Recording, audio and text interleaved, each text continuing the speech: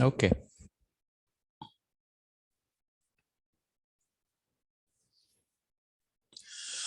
Om Ishvaro Gururatmeti Murtibheda Vibhagine Vyomavad Vyapta Dehaya Dakshinamurtaye Namaha.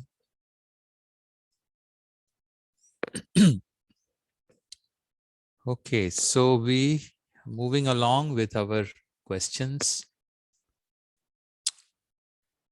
So this one says, verse 418. This is Bhagavad Gita. So the commentary is confusing. Could you please clarify inaction in action and action in inaction? Okay. So this is just to, clarify this particular verse from Bhagavad Gita. He says, Karmani akarma yaf pasyet, akarmani cha karma yaha, sa buddhiman manushyeshu. So, where is this? Sayuktaha, kritsna karma krita. So, it's in the context of karma, this particular verse. So karma, as we all know, karma means action, basically, But then there's all kinds of actions. Any living being is connected to activity, we do things. There's voluntary actions, there are involuntary actions, there are actions that I choose to do, there are actions that I choose not to do, there are actions which are made to do on my own, actions others tell me to do, others I want to do, all kinds of actions are there, So here is talking about something to do with actions, obviously. And when we look at a verse, this is one important thing to understand. So whenever we are looking at a verse and trying to understand what it says, so we look at obviously what is the verses that go before, and that is what gives us the context. And then also some idea of what comes later on, to get an overall picture or to get the big picture. So the context is always important because you could talk about anything when it comes to actions. So here, if you look at the previous verse, which you saw, which says, Karmano hyapi bodhavyam cha vikarmanaha, says, Akarmanascha bodhavyam gahana karmano gatihi. So, karmano hyapi bodhavyam. Bodhavyam means to be known. Okay. So karma, when you think of, is usually something that is to be done. The different types of actions that we do or don't do. But here he talks about something to know, something to understand. Okay. And what I need to know about karma is more than just the meaning, obviously. So first thing I need to know, what does the word karma mean? It's a Sanskrit word. And so it means action in English language. Okay, that is how it's translated. But then here's something more I need to do about, because there are all kinds of actions and it can have a lot of different kinds of implications in different contexts. So it requires some knowledge background. So he says, and also how different terms are used here. In every language, there is the word meaning of a language, and then there is a usage. And that same word can be used in different senses. So here, how do we understand this word karma? He says, karmanaha bodhavyam. Just look at the previous verse. So this is something to be known. What karmas are we talking about? Is it voluntary actions, our involuntary actions, actions that people ask us to do, actions that we want to do, actions that we're compelled to do, that are choice-based, So what is it that we are talking about in this particular context? So he says, Shastra Vitam karma. So here the karmas that we are talking about are the karmas that are described or as they are described in our scripture. So the scripture addresses the different types of actions that it defines, okay, in certain ways. And then not only that, it also describes to us attitudes towards our actions. So it's not just about physical actions, like a machine wheel going round and round, because we are human beings. So we also have certain understanding, misunderstandings, attitudes towards the actions that we do. So here, these are actions that are described in certain ways by the scripture. And so what are these different kinds of actions that Shastram talks about? No? So for example, the Shastram, the scriptures talk about Nitya karmas. Nitya karmas are actions. So in a religious context, in the context of a religious spiritual pursuit, I use the term religious and spiritual together because I really don't see a distinction between the two. Religion makes us spiritual people. It's not devoid of spirituality. Religion, unless you are talking about some actions. Actions also have certain attitudes, and those attitudes are all connected to spiritual pursuit. One cannot divide religiosity from spirituality, really speaking, unless you define it in certain ways you want to. And the same thing, spiritual, generally they use the term when they want to keep God out of the picture. So here, so when we have an understanding of something as divine, then so that is not act. But for us, we don't separate the two. For us, everything is divine. Okay. So we cannot have a spiritual life which is devoid of divinity, because the divinity is what has to be recognized as the one that is the fundamental basis of all that there is in terms of me, the individual, and my life as a individual in this world. That is what we are seeking. That is what we are looking for. So in any case, so there are karmas that I have to do, which are called nitya karmas. It is important for a person. They are recommended by the scripture. Okay, that these are important to be done in order to for one's own growth. Certain daily things, that help foster. They help foster one's inner growth, one's emotional growth, and one's spiritual journey. Okay. These are called nitya karmas.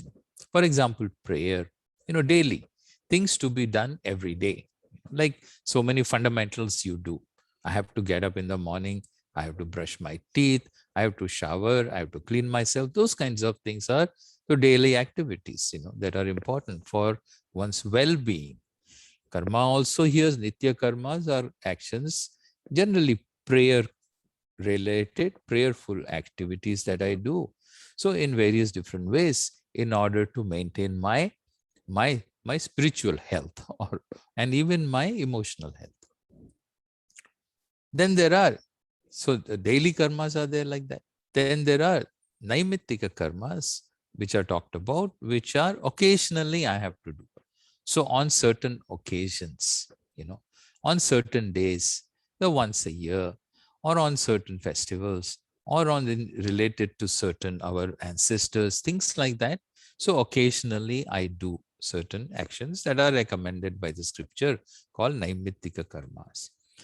Then there are other actions that scriptures point out to us that run contrary to one's growth, that are not conducive in terms of values and so on to one's emotional well-being and spiritual well-being. So what are called as prohibited actions.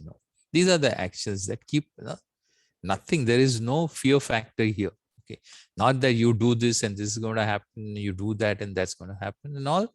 Here, the context really is to be understood. It is for our growth, our personal growth. So, Nitya Naimittik karmas are there. And then thise are called as, so Nishiddha karmas, or actions that are to be avoided. And then there are karmas which are actions connected. If I do something which I am not supposed to be doing, which are not conducive to my well-being, suppose I end up doing them, because being a human being, for different reasons, I end up doing them knowingly, I end up doing them unknowingly. So then what do I do? Then how do I compensate for that? How do I make up for that? So then those kinds of actions are also there, because it is recognized that a human being is not always going to act in a way that is conducive to their well-being. Okay, so that is also addressed. So that are called as prayaschitta karmas.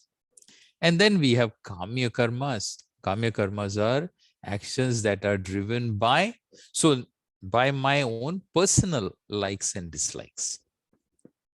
So these different types of actions are described in the scripture. So this is the bigger context. Okay. So now he says, karmanaha bodhavyam vikarmanaha. What is vikarma? There are 2-3 terms are used here. One is karma. So karma, we understood there are different types of actions in the religious context, in the spiritual context. Then within that, vikarma is a word that is used that refers to the prohibited actions. So you can call it vikarma. It's called nishiddha karmas. So these kinds of words are used to describe those actions. And then akarmanaha. Akarma. What is akarma? The word is a negative particle. So akarma is absence of action. So not performing any action. This is always a question, debatable. So when I'm not performing an action, so is it an absence of action, or am I choosing to not perform an action? Okay. So that can be a choice based also. So I choose to not act, So there is but in any case, lack of any action that is performed by me is called as akarma. Akarma. Gahana karmano gati. Then there's another aspect to this karma, because all these karmas are done for a purpose. Nobody does anything without a purpose. So, and what kinds of karmas give what kind of results, so that what end point is called as a result. I do some actions and I expect some results and I get some results. Okay. And the details of all those, what are they dependent on? They're dependent on many factors. They are dependent on the action itself. That is the first thing, the most important thing. So the action itself determines the result, right? It is built into it. So I put one step forward, I move one step forward. I'm not going to move 5 steps forward. I'm not going to move 5 steps backwards or sideways or whatever, So when one step forward is one step forward movement. That is built into the act itself. So any actions that I do are the end result is built into the action. Okay. But then it's not that simple always, because sometimes I perform an action and the result is not immediate, Here it's immediate. Sometimes, so it is delayed. It is delayed in time. So I perform an action, I plant a seed in the ground, and then I don't see a tree growing out of it right away. It takes time. So time is another important factor. So pretty much action and time are the 2 factors that determine the outcome. But then there are also many other variables that determine the outcome. Okay. Variables that I don't have control over. So for example, I wanted to move a step forward, and then I put my foot forward and I moved forward, and I expected to get forward by a step. And then when I put the foot down, I slipped. I slipped. And then I slipped, I fell backwards. In fact, I ended up one step backwards. So here now, this is something which just happened, which was unexpected, not the unintended. And it happened, of course, because of some reason. There are always some factors are there, but that was not anticipated by me. So they happen. And so this is what we call as the unknown factor. So there is either, for every action, between the action and the result, there are always unknown factors that are there. Now, how I look upon these unknown factors is an important point. So do I see them as arbitrary? Do I see them as by chance? Do I see them as something personal? Do I take it personally? So I tried this and I fell. Now, one person can, how do I interpret that? Why did I fall? Well, because I didn't look. I put it on myself. Or I say, well, I fall. This fellow was the one who distracted me.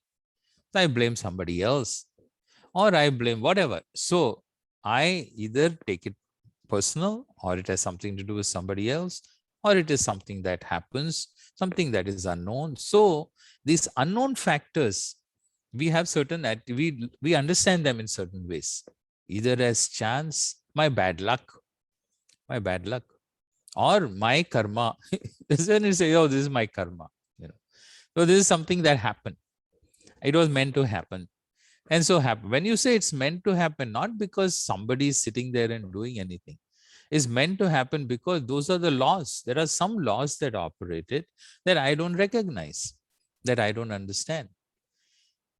But in our tradition, we look upon this unknown as not just some kind of laws, mechanical laws, but all as, because of this, a part of a certain order, which is an intelligent order, which we call the divine order or the divinity.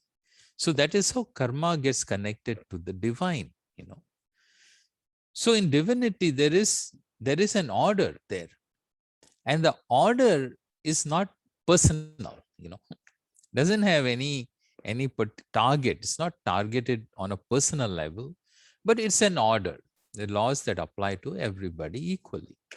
The only place where you see equity, nowhere else. Only in Bhagwan.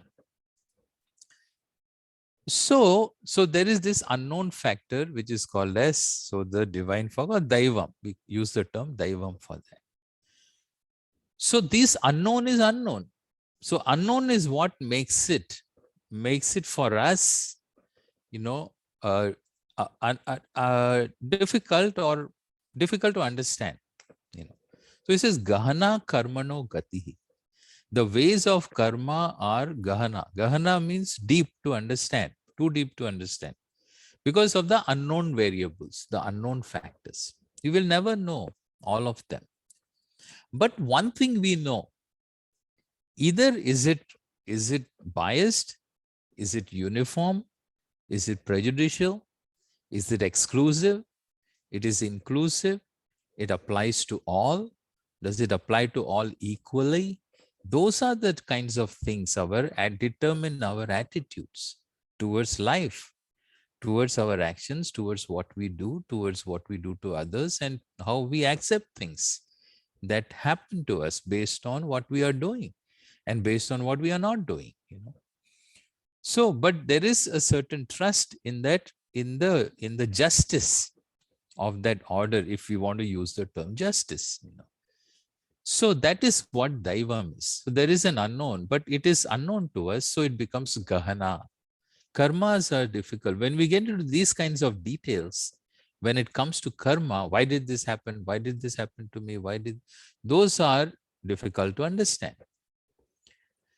But that one doesn't need to fully understand those in order to have certain attitudes towards actions and their result. So that is where this Daivam aspect of it becomes important. So in any case, so this is the previous verse. So the previous verse says to me that karma is something that I need to understand, besides just the fact of doing things. And then there are different types of karma where we choose to do things, we choose not to do things. There are things which are prohibited, etc. And when you come to the details of it, when it comes to the unknown factors, then these are gahana, these are mysterious, these are deep, these are difficult to understand because of the multiple invariables and our limited minds. Okay. Now in this context, there comes the next verse. Karmani akarma yaf pashyet. You know. So let's go back. Akarmani cha karma yaha. So karmani means karma. With reference to karma, he says, akarma pashyet, the one who sees. Pashyet is the one who sees or the one who recognizes. Obviously, not physically seeing an action. The one who recognizes that in every karma, there is something which is akarma. Okay. So now let us look at this. Karma involves an action, but then action is always performed by somebody. No. We are not talking about here the earth going around the sun. That's not the kind of action we are talking about. Here we are talking about the actions that a jiva does, that an individual performs.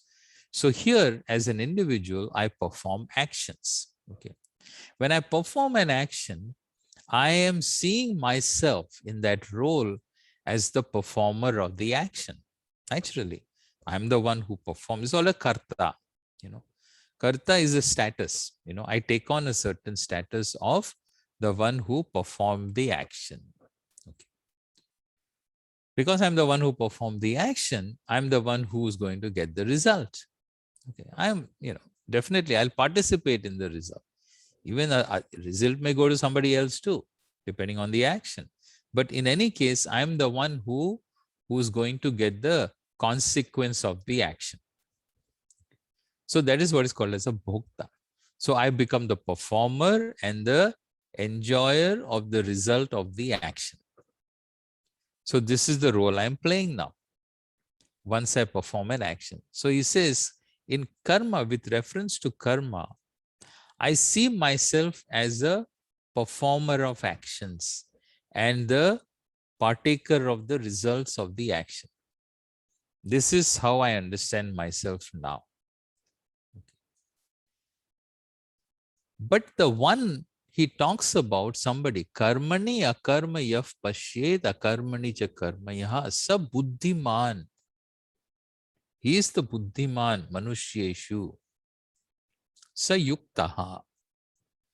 So this person now has an attitude which is different than the regular attitude of anybody else. Okay. As this one person. Who is this person? So he says this person is a yuktaha. He's a yogi. He's a yogi. He's connected. Yuktaha means he's connected to something. What is he connected to?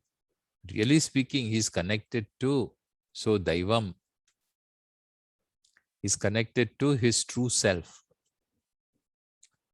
which we talk of as Atma. Okay. This is a yogi. Okay. So he says this is one yogi. He also calls him as Sa Buddhiman. Manushyeshu Buddhiman. He is the one who knows the truth about himself. And he is Kritsna Karma Krit. 3 words are used here to describe this particular person, a distinctive person. Kritsna Karma Krit is the one who, so when it comes to karma, he is fulfilled, self-fulfilled. Okay. What does that mean? So we perform actions in order to get different results that are going to make me feel better in certain ways. Okay, that's why we do things. Otherwise, and that's why we avoid doing things too. Because by choosing to do or choosing to not do anything related to karma is going to make me better off than I am right now. So I'll make me more fulfilled. Whereas this person, who's the Buddhiman, who's the one who has wisdom and certain kind of insight, he is already fulfilled with reference to his actions. Okay. It doesn't depend upon activities in order to make him feel more fulfilled, because no actions in themselves are going to be making him feel better. Okay. Because he feels the best that one human being can ever possibly feel. That is what is meant by being fulfilled. Then one might have the question, why does he do anything then? Well, he does it. Being fulfilled, you can still do things. Being fulfilled, being unfulfilled, you can do things in order to be more fulfilled. But as a fulfilled person also, you do things for different reasons, but not for you to feel better, because there is nothing better there out there other than all that anything can give me. I already find it within myself, a content person. So anyway, so this particular person is described that way. What we call as a wise person or a jnani or a yogi, so on. And what is special about this person now? He has a certain attitude towards actions and a certain understanding, bodhavyam. He has understood certain things, not only about actions, but don't forget, action involves the subject, the one who's doing things. So he has a certain special kind of a knowledge now that is connected to himself, to the self, to the individual. So you have one person here who feels limited, lacking in so many things, maybe simple things, maybe a little more complex things, but I feel a little void inside of me. And then there's, I don't feel adequate. I'm not happy. I'm not complete. So I do things, hoping things will make me feel better. Sometimes they do, sometimes they don't. In either case, it doesn't last. And I keep doing the same thing and the same thing and better and more, but fundamentally it doesn't change. This is one thing. Now here is this person. I have a certain attitude towards actions, that I'm the one who does. I'm the one who gets the results. The results don't make me feel any better. So what am I doing, etc. This is one life experience. But there is this other person now who somehow discovers himself as fulfilled from within himself. So how does he look upon these actions now that he performs? Does he have the same attitude as the first person? Or now this is something different in this person? So for this person, he says, karmani akarma pashya. When everyone else looks upon actions that they perform, being identified with them as the performer of an action, he sees akarma. Now, akarma here, akarma means he doesn't see action, not that he doesn't see a physical action. He doesn't see himself as the performer of the action.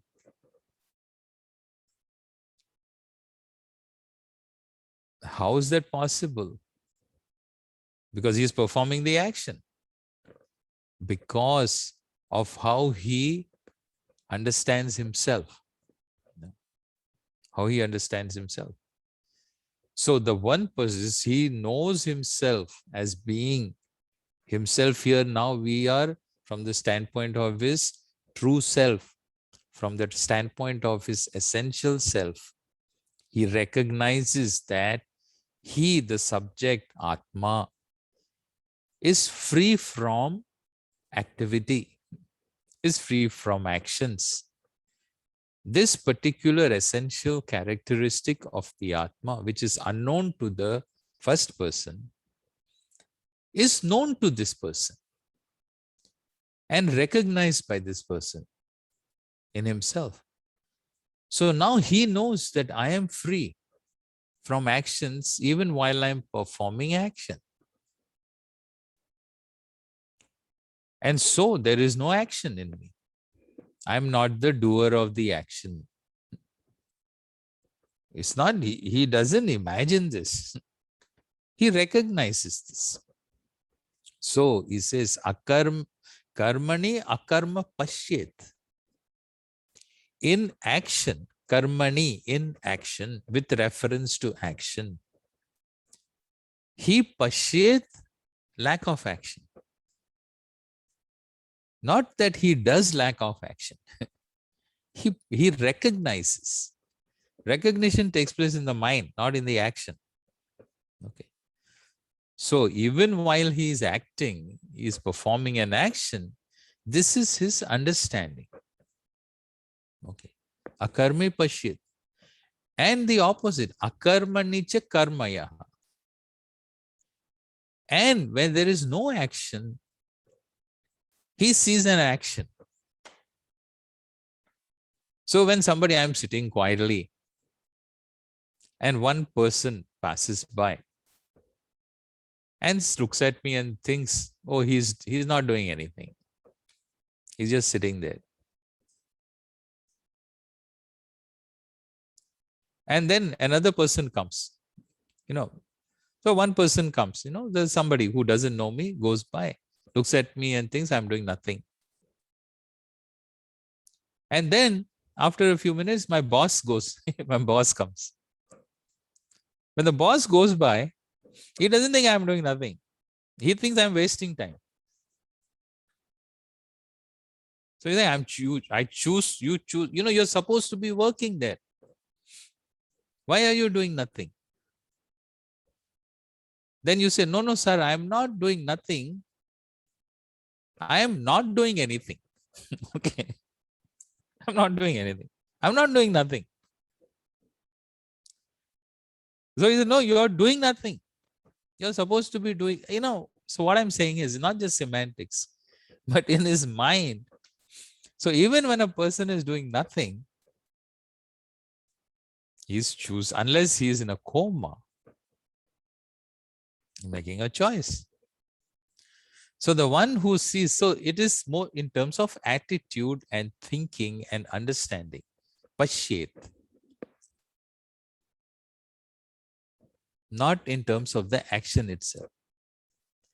Later on, he will elaborate on that. In the 5th chapter, Naiva kinchit karomi iti manyeta tattvavit. Tattvavit is the one who knows the truth. Now this particular word, so karmani akarmaya paschit akarmani cha karmayaha sa buddhiman manushyeshu sa yuktaha, he says here. Yuktaha is a yogi. So here in the next, later on he will say, Naiva kinchit karomi iti yuktaha manyeta. Same word he uses. So the one who is a yuktaha, the one who is a yogi. Now this is how he understands it. Na kinchit karomi. In fact, this is not just with reference to one particular action. I as the Atma, iti manyeta, he knows this, that Atma doesn't do any action. Atma is a witness. It is a sakshi. So I do not do any, naeva kinchit karma karomi. Iti manyeta. This person knows this. It's not the action itself, but he knows this. Who is this? Yuktaha, the one who is a yogi. Then tattvavit, he knows. And the one who knows tattvam, tattvavit, the one who knows the truth. Tattvam is the truth, the ultimate truth about himself, which is basically the truth about everything too. you know. Iti tattvavit. Then he gives some examples. Pashyan, Shrinvan, Sprishan, Jighran, Ashnan, Gachan, Swapan, Shwasan, Pralapan, Visrijan, Grinnan, Unmishan, Nimishan, Napi, Indriyani, Indriyarthebhyaha, Vartanta iti dharayan. Then aham na kinchit karomi. Either Pashyan, Shrinvan, I said, these are all whether in looking and when I'm looking and hearing and smelling and tasting, and all operating my sense organs. In all actions, in any actions, in every action that I do, sleeping, awake, he says, Indriyani, even all my sense organs are operating and functioning. But I, the Atma, doesn't perform any action. This is his knowledge. This is elaborated upon later in the verse. So when you look at these three verses, you look at this context of the 18th verse, Karmani Akarma Yav Pashyet, in the context of what was said before it, what is going to come later on. So then you understand that this person, a wise person, a person who's fulfilled in himself, the one who knows what Atma is, the one who recognizes what Atma is, such a person, this is how he understands karma. As compared to the first guy we saw, who doesn't have this kind of an insight and who sees himself as the one who does, the one who, Atma, that is all I am, nothing else. So he will continue to go about actions, doing things in order to get results, which he will get sometimes, he won't get sometimes. He'll be happy, he'll be disappointed, always remaining the same seeker. So this is what it means in the bigger context. Okay.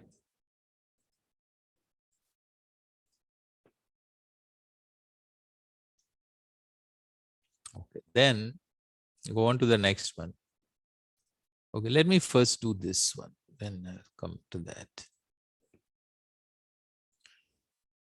Could you please teach us a simple method for daily meditation to purify the mind? We learned about this in chapter 3 about purification of mind. Meditation is one of the techniques. Okay. So here, there are a couple of points here to know. So when we talk of purification of mind, what does that mean? What does that mean? So of course, there is a implication here that there are impurities that are there in the mind, obviously. So when I'm, when I do things in the world, I pick up impurities, even physically. You get up in the morning, you go around, you go there, you go there. So there is, I pick up the dust. There are things in the environment which I pick up, which do not belong, on my body, dirt, etc. So then I have to get rid of it. I got to clean myself physically, go take a bath, wash my face, etc. Now, mentally also, I am interacting with the world in a different level.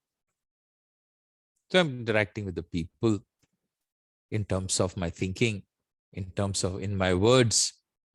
And so I pick up a lot of stuff, I pick up ideas, I pick up thoughts, I pick up attitudes, I pick up, ways of thinking. Not all of which are conducive to my well-being. Don't really belong there because they cause me distress. So I need to clean out too, do some spring cleaning of my mind. on a regular basis. Why regular basis? For the same reason, because I have to take a bath regularly. So this is an ongoing process. This is not an occasion, it's a nitya karma, every day. Because every day I'm interacting. So here, so I pick up so many. So this is what I call my impure mind. Okay. It's not a bad mind. We're not talking of good and bad. We're talking of pure and impure. And pure and impure is something that doesn't belong there, really speaking. I have mentioned this before. If I'm looking for gold, pure gold, then bits of copper in it are an impurity. But if I'm trying to look for pure copper, then bits of gold in it are an impurity. So impurity is what doesn't belong there.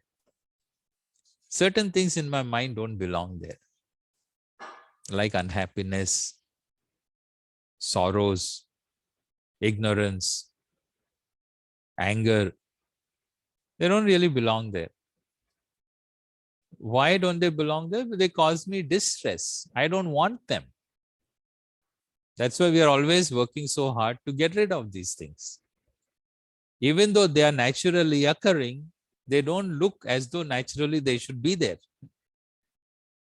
That is how I feel. I don't regard them as, is all that is natural good for me? So natural, that's getting into a whole definition of natural. Let's not do that now. But then, so anyway, so these are the impurities in terms of thinking and attitudes and what my state of mind. This is called as the inner impurity. So getting rid of these is purifying one's mind. And purification of one's mind, how do I do that? How is meditation going to do that? This is talking about my attitudes. So with antakarana shuddhi, which is purification of the mind, is brought about by values, by understanding values, by cultivating values, by living a certain life of values, attitudes, and so on. This is what we call maturity, emotional maturity and growth. So when we talk of antakarana shuddhi, we look upon a way of resolving those or gaining that in terms of living a life of, so dharma, adharma, right and wrong, understanding, righteousness, and cultivating certain attitudes.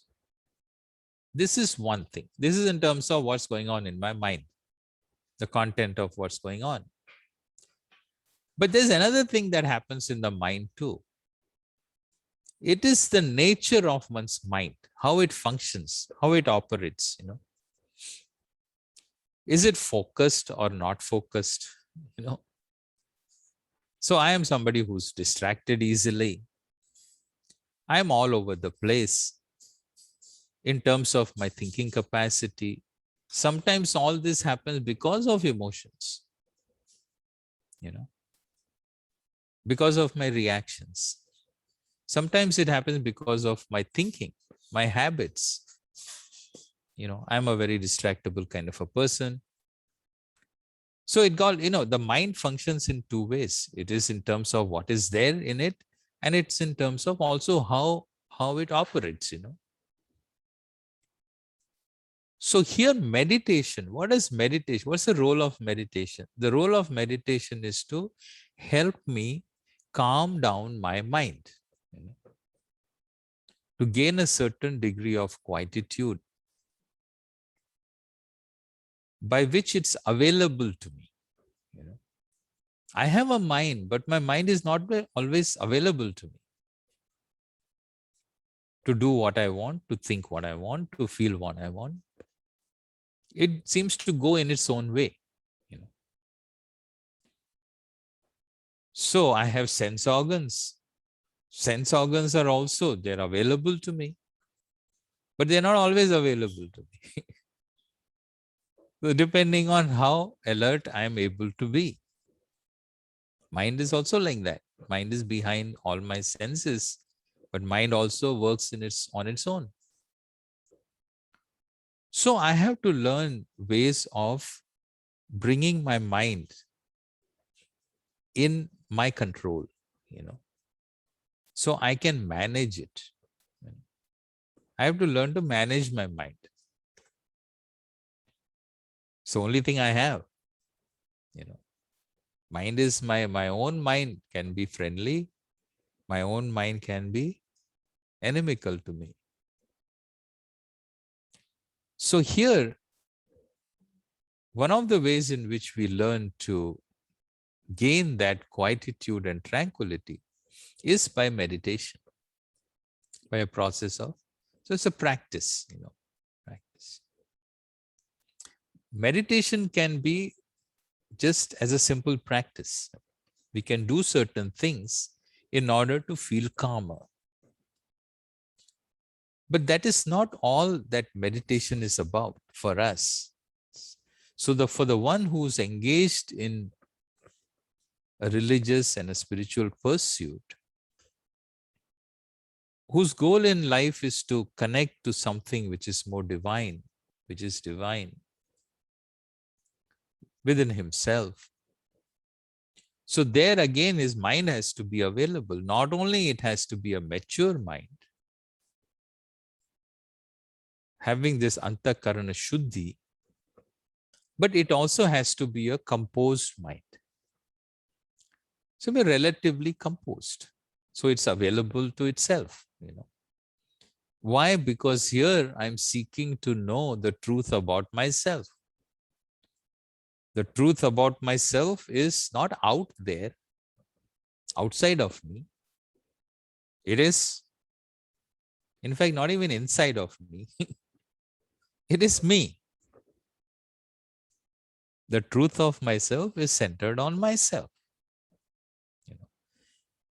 Myself is neither outside of me nor inside of me. Okay. I am there in my toe also, it's there. I am there in my toe. If somebody touches my toe, I am there.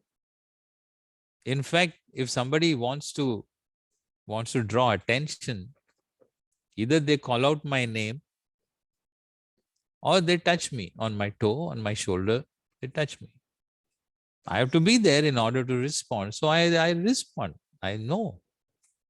I feel. So I'm there in my toe also.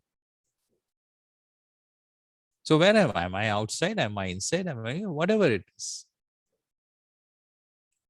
So I am me. So I am centered on myself. I'm seeking to know myself. So I have to be available to myself, even in order to proceed further. So I have to be that relative tranquility, relatively speaking, is cultivated or gained by a process of meditation. And for us, it is, since it is part of a spiritual journey, it is not devoid of Parameshwara. It is not devoid of Bhagavan, of the Lord, of divinity. Even though I can just simply do some meditation practice in order to gain some relative tranquility. Okay. So now 3 things I mentioned. One is purifying the mind. One is gaining some quietude. And one is gaining some quietude in the context of my spiritual pursuit, religious pursuit. Okay. So first one we saw, it has to do with values, attitudes. The second one has to do with some practices which people do. You do this, you do that, and you feel relatively quiet. But more important than that, for us in the context of spiritual pursuit, it is similar kinds of meditation practices where we Bhagavan is part of the process. Divinity is part of the process. So it's in terms of understanding and so. And what is the process there? Some simple way. So one simple way we talk about is pranayama, pranayama. Pranayama has to do with breathing. There is a very close connection between breathing and the mind, if you notice. So the breathing is something I can have some control over. Little more than I have control over my mind, So I can regulate my breathing. Even though breathing is involuntary, even when I'm sleeping, I'm breathing. But those muscles are also voluntary because I can regulate it to some extent. Unlike my intestines, which are totally involuntary, So these muscles are a little different. So here, but then there's a strong connection. Mind is something which really is on its own. But you notice if I'm agitated, then my breathing becomes rapid, shallow. When I'm quieter and calmer, then my breathing also slows down and is deeper. So when you operate it the opposite way, if I start regulating my breathing, then my mind gets calmer. When my mind is agitated, my breathing is affected. When my breathing is regulated, my mind is affected. And how do I regulate my breathing? So in pranayama, you actually regulate it in terms of time. So much time to breathe in, so much time to hold, so much time to breathe out. There's one type of this pranayama. But in meditation, we can do something else also, which is a little simpler. And that is just observe your breathing naturally, the natural process. So then I just sit quietly. When you sit quietly, physically, you have to quieten yourself by being quiet, sitting in a quiet environment and sitting relaxed, not too relaxed. And then I observe my breathing. And I find as you observe your breathing, the breathing itself by itself will become deeper and slows down to the basic respiratory rate, the basic rate,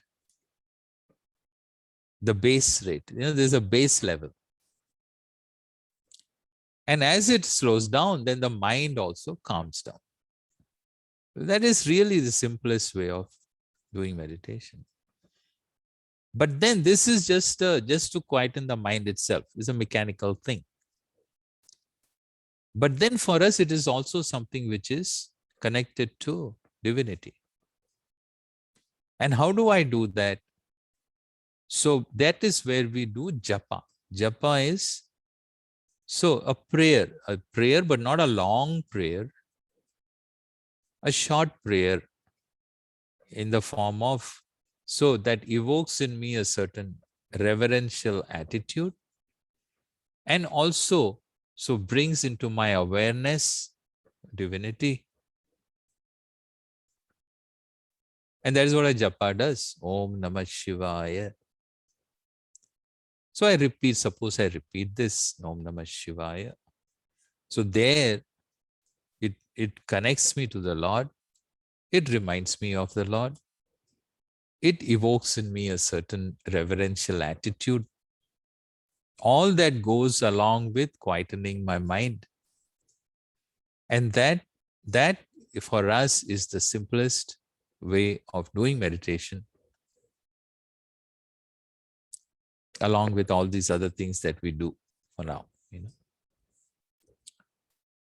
So I think that's enough, really, to start with. That's enough. So we'll stop at that for today, and then we'll continue next time. Okay.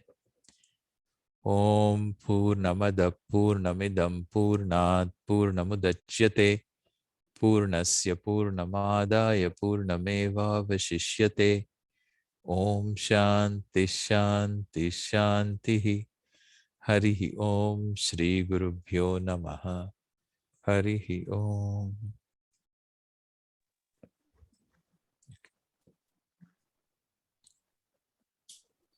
Okay.